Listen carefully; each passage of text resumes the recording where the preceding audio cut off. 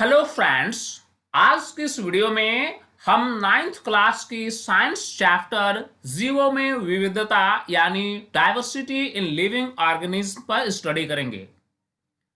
कोई भी चैप्टर में स्टडी शुरू करने से पहले उस चैप्टर के बारे में हमें थोड़ी आइडिया होनी चाहिए। सबसे पहली बात है कि इस चैप्टर में हम क्या स्टडी करने जा रहे हैं। जैसा कि नाम से ही क्लियर है, जीवों में विविधता यानी अगर आप अर्थ के डिफरेंट रीजन्स में जाएं, समुंदर में जाएं, पहाड़ों पर जाएं या फिर फॉरेस्ट में जाएं, तो आपको अनगिनत तरह के जीव जंतु पेड़ पौधे देखने को मिलेंगे। एक बायोलॉजी स्टूडेंट होने के नाते सारे जीव जंतुओं के बारे में कि उनको कौन सा कैटेगरीज में बांटा गया है, उनका सब कैटेगरीज क्या है, इसकी आइडिया होना बहुत जरूरी है। तो इसलिए इस चैप्टर में हम जीवों की विविधता यानी जीवों की क्या क्या कैटेगरीज हैं, उसको किन किन कैटेगरीज में डिवाइड किया गया है और हर एक कैटेगरीज की क्या क्या खासियत हैं, इसके बारे में डिटेल स्टडी हम इस चैप्टर में करेंगे।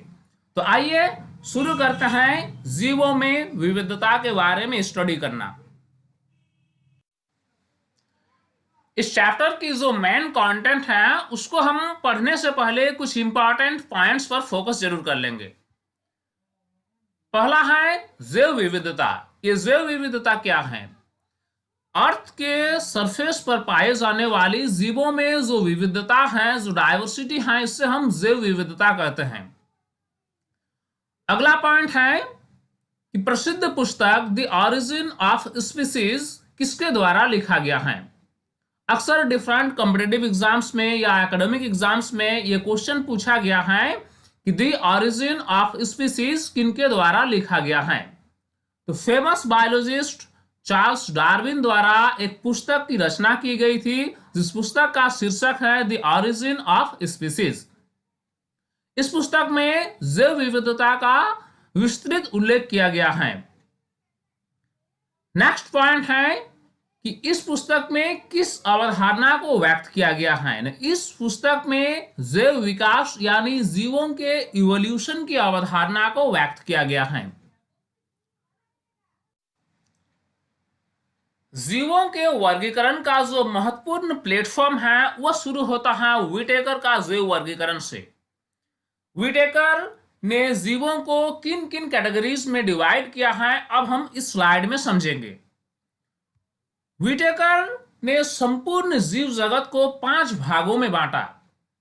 पहला है मोनेरा, दूसरा है प्रोटिस्टा, तीसरा है फंजाई, चौथा है प्लांटी और पांचवा है एनिमलिया। इस प्रकार व्हिटेकर ने संपूर्ण जीव जगत को इन 5 भागों में बांटा है: मोनेरा, प्रोटिस्टा, फंजाई, प्लांटी और एनिमलिया। अब इन पांचों कैटेगरीज के बारे में हमें डिटेल स्टडी करना है कि मोनेरा कैसे जीवों की कैटेगरीज को मोनेरा कहा जाता है, कैसे जीवों को प्रोटिस्टा, फंजाई, प्लांटी और एनिमलिया कहा जाता है। ये जैव वर्गीकरण का आधार है। इसी पर वेस्ट जो है आज के डेट में जो भी वर्गीकरण किया जा रहा है, व्हिटेकर के जैव वर्गीकरण के आधार पर ही किया जा रहा है। इसलिए इन पांचों पॉइंट पर हमें डिटेल स्टडी कर लेना चाहिए।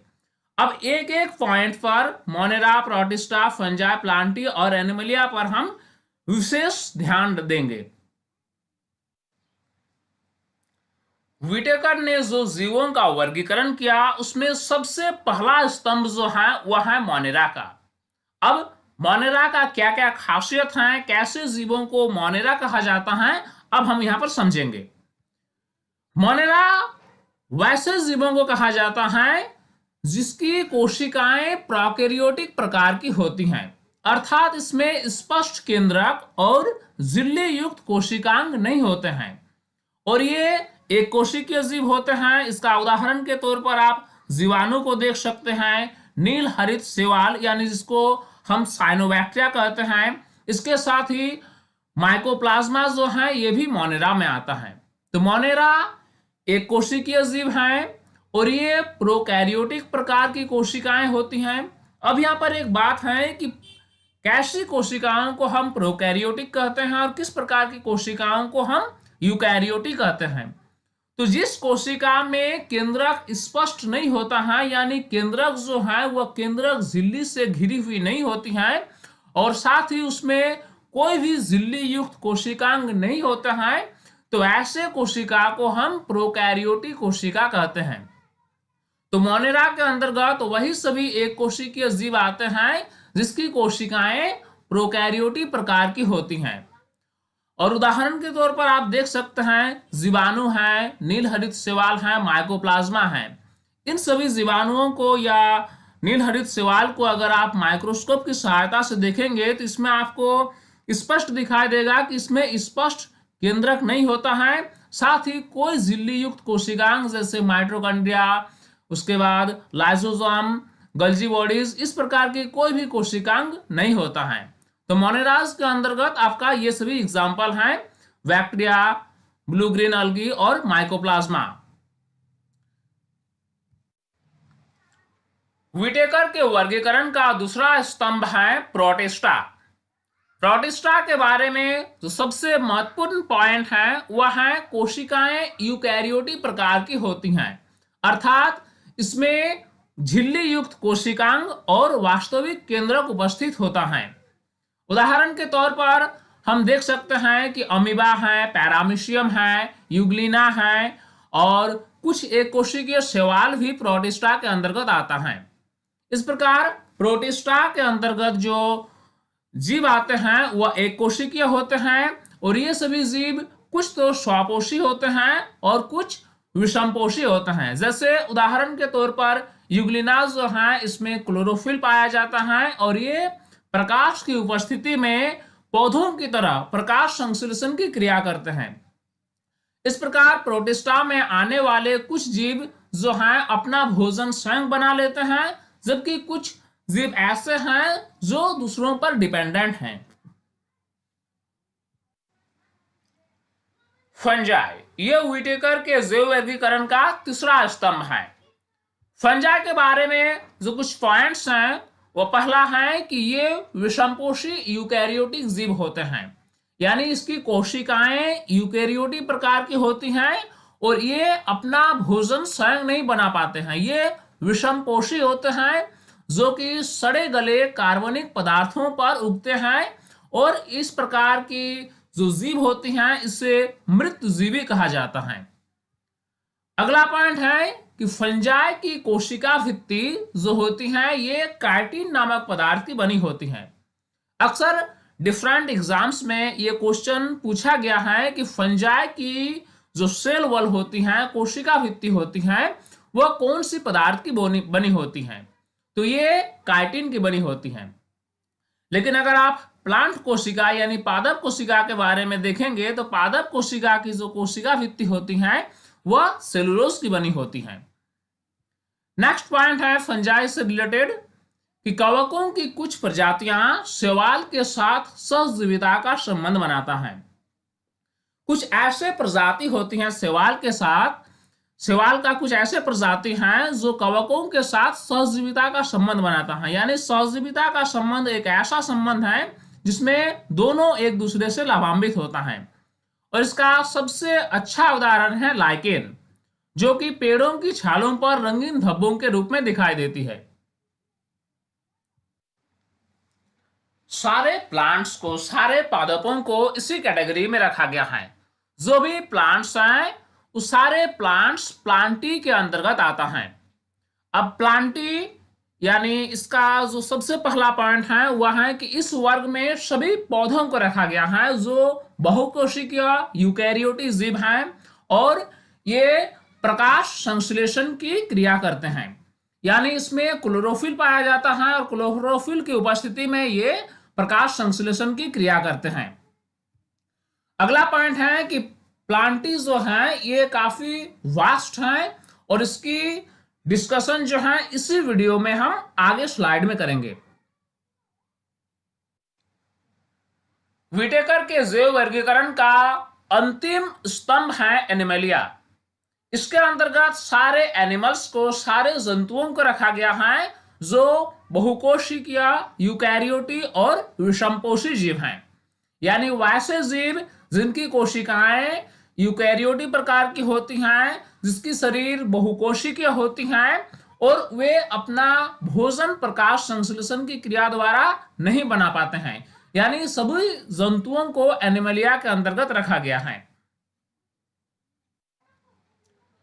इस टेबल को आप देख सकते हैं कि व्हिटेकर ने किस प्रकार संपूर्ण जीव जगत को 5 भागों में बांटा है।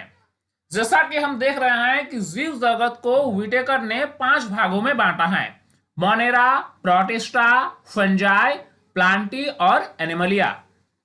इसमें जो प्लांटी और एनिमलिया हैं ये काफी वास्ट कैटेगरीज हैं और इसके लिए हमें अलग से स्टडी करने की आवश्यकता है। अब हम प्लांटी के बारे में डिटेल स्टडी करेंगे। यानी प्लांटी यानी जो भी प्लांट्स हैं उन प्लांट्स को फिर और कितने कैटेगरीज में डिवाइड किया गया है। कुछ प्लांट्स जो हैं ब्रायोफाइटा हैं, तो कुछ टेरिडोफाइटा हैं, कुछ जिम्नोस्पर्म्स हैं, कुछ एंजियोस्पर्म्स हैं। इस प्रकार अब हम प्लांटी पर डिस्कशन करेंगे और उसके बाद एनिमलिया पर डिस्कशन करेंगे। प्लांटी यानी प्लांट्स को इन 5 भागों में बांटा गया है। सारे प्लांट्स, सभी हरे पौधे इन 5 भागों में बांट दिए गए हैं। पहला है थैलोफाइटा, ब्रायोफाइटा, टेरिडोफाइटा, जिम्नोस्पर्म्स और एंजियोस्पर्म्स। सारे प्लांट्स इन 5 कैटेगरीज में बांट दिए गए हैं। अब इसमें एक एक कैटेगरीज के बारे में हम विशेष अटेंशन देंगे। क्या है थैलोफाइटा, क्या है टेरिडोफाइटा और जिम्नोस्पर्म्स, एंजियोस्पर्म्स, इन सभी के बारे में हम अलग से डिस्कशन करेंगे। प्लांटी यानी प्लांट्स, सभी सभी पौधे प्लांटी के अंतर्गत आता है। जितने भी हरे पादप हैं जो प्रकाश संश्लेषण की क्रिया कर सकते हैं, सारे हरे पादप, सारे पौधे प्लांटी के अंतर्गत आता है। और इन सारे पादपों को फिर कई उपभागों में बांटा गया है। इसमें कुछ जो है वह थैलोफाइटा है, तो कुछ ब्रायोफाइटा है, फिर टेरिडोफाइटा, जिम्नोस्पर्म्स और एंजियोस्पर्म्स हैं। इस प्रकार सारे प्लांट्स को हमने 5 भागों में बांटा है: थैलोफाइटा, ब्रायोफाइटा, टेरिडोफाइटा, जिम्नोस्पर्म्स और एंजियोस्पर्म्स। अब इसमें एक एक पॉइंट पर हम अलग से डिस्कशन करेंगे। पौधों का पहला प्रकार है थैलोफाइटा। इन पौधों की शारीरिक संरचना में कोई विभेदीकरण नहीं पाया जाता है। अर्थात अगर आप थैलोफाइटा की कोई पौधे ले लें, थैलोफाइटा ग्रुप की कोई पौधे ले लें, तो इसमें पौधों की शारीरिक संरचना में कोई भी विभेदीकरण आपको देखने को नहीं मिलेगा। यानी इसमें पत्ती, तना या जड़ जिस तरह का विभेदीकरण होता है पौधों में, वैसे किसी भी प्रकार की डिफरेंशिएशन यानी विभेदीकरण नहीं पाया जाता है।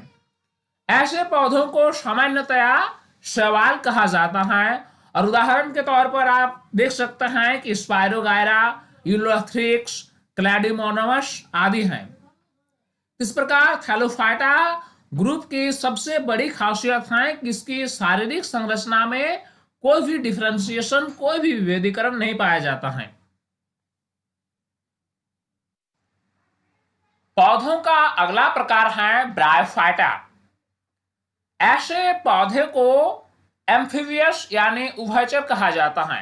ऐसे पौधों की सबसे बड़ी खासियत है कि ऐसे पौधे स्थल में भी और जल में भी दोनों जगह उग सकते हैं। इसीलिए ऐसे पौधे को उभयचर यानी एम्फीबियस प्लांट कहा जाता है।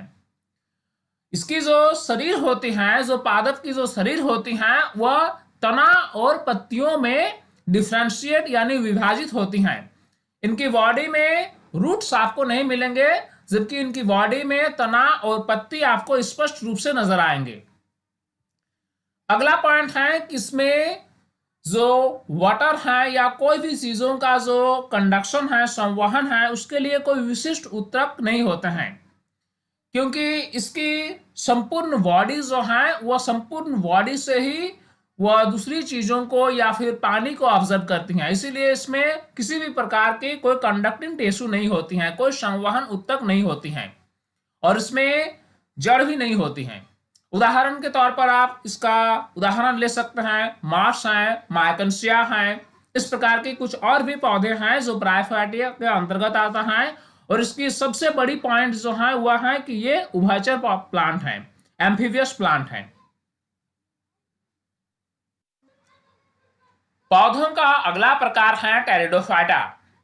टेरिडोफाइटा में क्या होता है कि इस ग्रुप के कोई भी अगर आप पौधे ले लें तो उसके शरीर जड़, तना और पत्तियों में डिफ्रेंशिएट होता है, यानी उसकी पौधों में जड़, तना और पत्ती स्पष्ट रूप से नजर आएंगे। इसके उदाहरण के तौर पर सबसे अच्छा उदाहरण आप देख सकते हैं, फर्न है, मार्सिलिया, हॉर्सटेल इत्यादि। ये जो थैलोफाइटा, ब्रायोफाइटा और टेरिडोफाइटा समूह के पौधे हैं, तीन समूह के पौधों में एक बड़ी खासियत है कि इन तीनों में बीज उत्पन्न नहीं होता है, किसी प्रकार का सीड फॉर्मेशन नहीं होता है, इसलिए ऐसे पौधों को क्रिप्टोगैम कहा जाता है।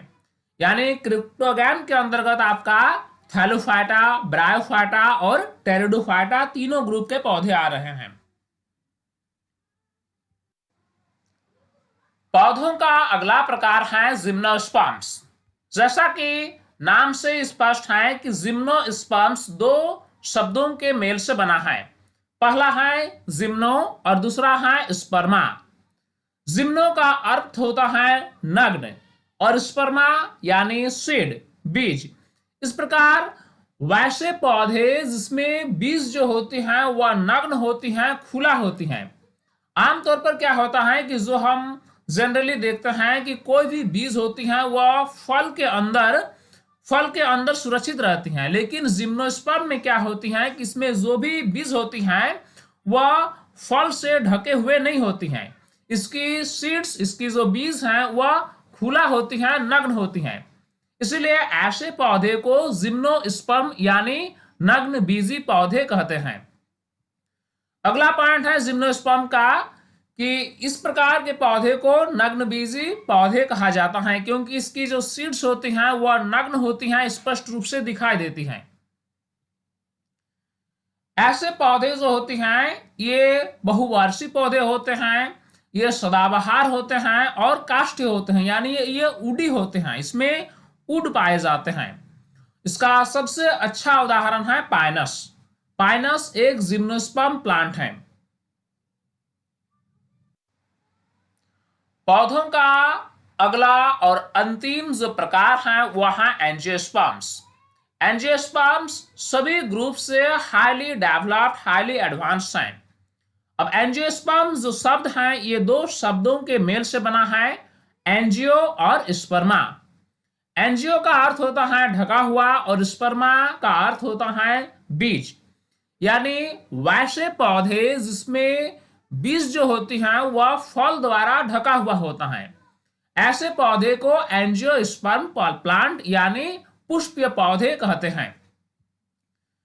ऐसे पौधे को पुष्पीय पौधे इसलिए कहा जाता है क्योंकि इसकी जो पॉलिनेशन की क्रिया है वह पुष्प यानी फ्लावर से होती है, और ये फ्लावर ही बाद में जो है ये फ्लावर ही डेवलप होकर फ्रूट्स और सीड्स बनाते हैं, इसलिए ऐसे पौधे को पुष्पीय पौधे कहा जाता है। नेक्स्ट पॉइंट है कि एंजियोस्पर्म में क्या होता है कि कुछ प्लांट्स में जो सीड्स होती हैं उसमें बीजपत्र की संख्या सिंगल होती हैं और कुछ प्लांट्स में बीजपत्र की संख्या डबल होती हैं, यानी वैसे प्लांट्स जिसमें केवल एक बीजपत्र होती हैं एक बीजपत्री पौधे कहलाते हैं, और जिसमें दो बीजपत्र होते हैं वे द्विबीजपत्री पौधे कहलाते हैं। इस प्रकार मोनोकोटिलेडन्स और डाइकोटिलेडन्स दो प्रकार के प्लांट्स हैं जो एंजियोस्पर्म के अंतर्गत आते हैं। जिस प्रकार हमने प्लांट्स के डिफरेंट कैटेगरीज को, डिफरेंट सब कैटेगरीज को जाना, उसी प्रकार एनिमलिया यानी एनिमल्स को किन किन कैटेगरीज में डिवाइड किया गया है ये हमें जानना है। सभी जंतुएं जो हैं ये एनिमलिया के अंतर्गत आता है और एनिमलिया को कई उपवर्गों में विभाजित किया गया है। एनिमलिया को किन किन उपवर्गों में विभाजित किया गया है, सारे एनिमल्स क्या क्या कैटेगरीज में बांट दिए गए हैं, इसका डिटेल स्टडी हम अगले वीडियो में करेंगे।